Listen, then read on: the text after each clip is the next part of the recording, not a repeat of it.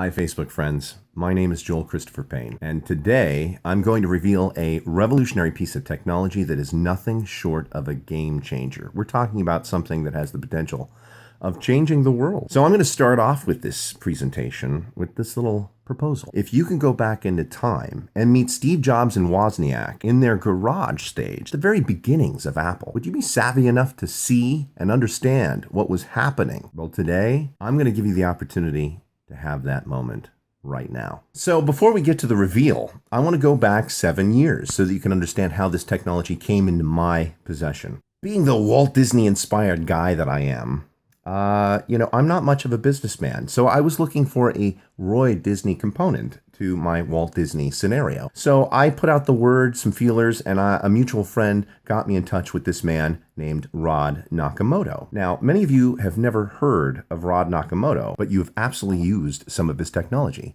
You see, Rod Nakamoto is the guy that invented the very first sophisticated sound card for Apple. It was called the Mockingbird. So that's his piece in history. He's never been mentioned in any history book or gotten any accolades or accepted any awards for changing the course of sound for personal computing. That is his mark. So I just wanted to take a moment to honor him in that piece of history that has kind of been lost throughout the ages here. Rod, with his sound card experience, years later came up with another breakthrough, another revolution in audio. So when he met me, it was very much like a Steve Jobs Wozniak moment. I saw his technology and applied it to what I was attempting to do and said, do you realize what you have here, what we could do with this? So every single night I would write a new page in a diary that is now 500 pages long of different ways that we could use the technology, ways that it could be applied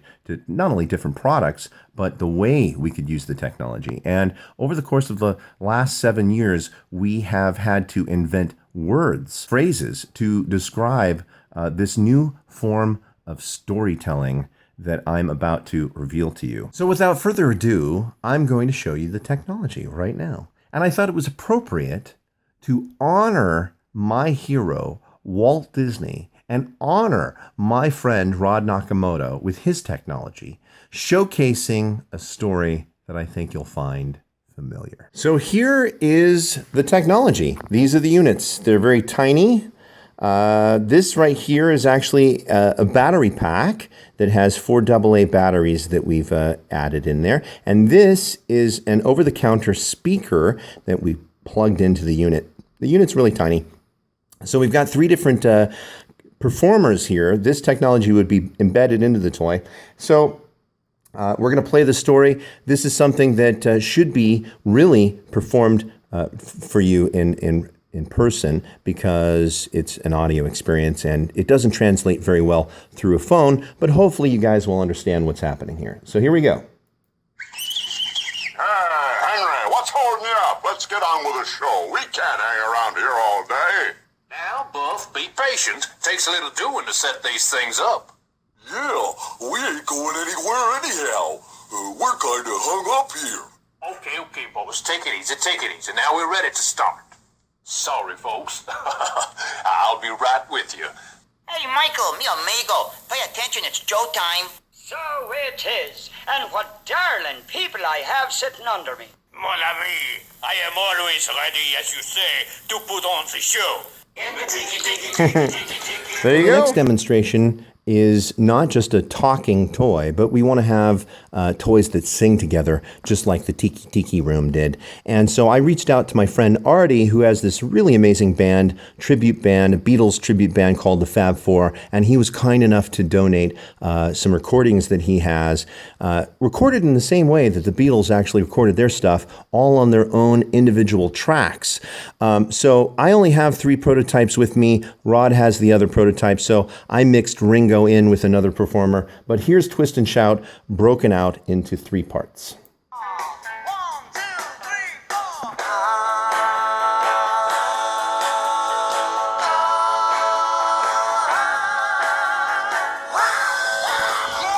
4. Now, just to prove to you that these are actually individual performances, I'm going to turn off one of the units.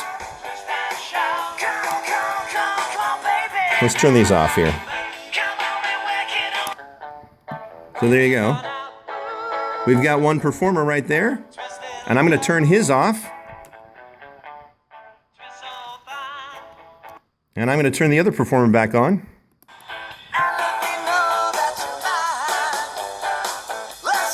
Play this one. And all three.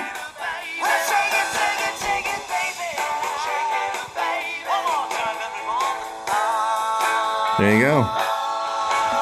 It's not a very big visual experience, but let me tell you, if you were sitting here and you had all those toys performing in front of you, it's amazing. It's amazing stuff. The next demonstration is a famous comedy routine. And comedy is very important when it comes to timing, and timing is everything. So I wanted to show that we can control our performers down to the millisecond so that the timing is dead on. So here's a famous routine that you guys are probably familiar with. It's between two performers. Well, let's see. We have on the bags, we have who's on first, what's on second. I don't know who's on third. That's what I want to find out. I say who's on first, what's on second. I don't know who's on third. Are you the fellow that knows all the players? Certainly. Well, then who's on first? Yes. I mean the fellow's name. Who? The guy on first. Who? The first baseman. Who? Now this next demo is going to have, I'm going to have the units, the toys, singing a song that even human beings have difficulties singing together. So here we go.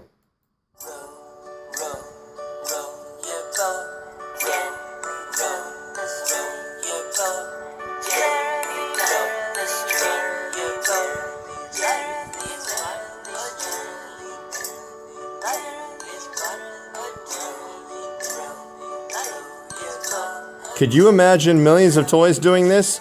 It has been achieved. Wow. I'd try to jump in, but I'd probably lose my place. We're talking about Toy Story for real here, people. This is a revolution. This is a new form of storytelling that I've had to call nonlinear dynamic storytelling. Now, let me explain to you what that means. I could have one toy. We could tell the story, The Little Red Riding Hood, for example. Then your buddy from next door comes over with his toy. One toy is a Little Red Riding Hood. The other one plays the part of the big bad wolf. Then the neighbor across the way comes over with his toy, and all of a sudden it just all happens automatically. They automatically recognize each other, and that toy becomes the narrator of the story. I mean, we've really created a sophisticated content delivery system that has the capacity of blurring the line between fantasy and reality. We're talking about breaking the fourth wall, where a toy can interact with movies, games, television, other toys that don't even have our technology in it, in a very sophisticated, almost human-like conversation. Even though all the things that I just showed you are pretty cool, there are things that we're doing that I can't even show you yet